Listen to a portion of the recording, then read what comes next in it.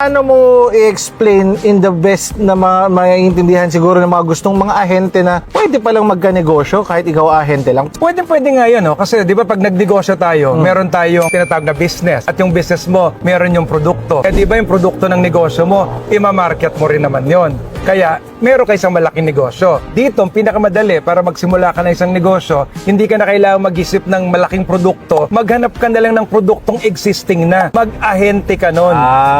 Ibig sabihin, hindi na sila magke-create ng product. Maghahanap na lang sila ng ready na product na, tapos yun ang iaahente nila. Pero ang turing nila doon, negosyo. Yan ang pinakamadali sa aking simula ng pagnenegosyo. Mag-isip ka muna ng produkto na existing na para nakatipid ka na sa maraming preparation. Pero siyempre, gamitin mo doon yung pag-aahente. Pero wag lang yung ordinaryong pag-aahente na, di ba? Typical ahente. Pag may benta, okay lang. Pag wala, okay pa din. Pag nag-ahente ka, hindi pwedeng wala kang benta. Dapat isipan mo ng paraan ngayon, katulad ng isang pag-iisip ng isang negosyante.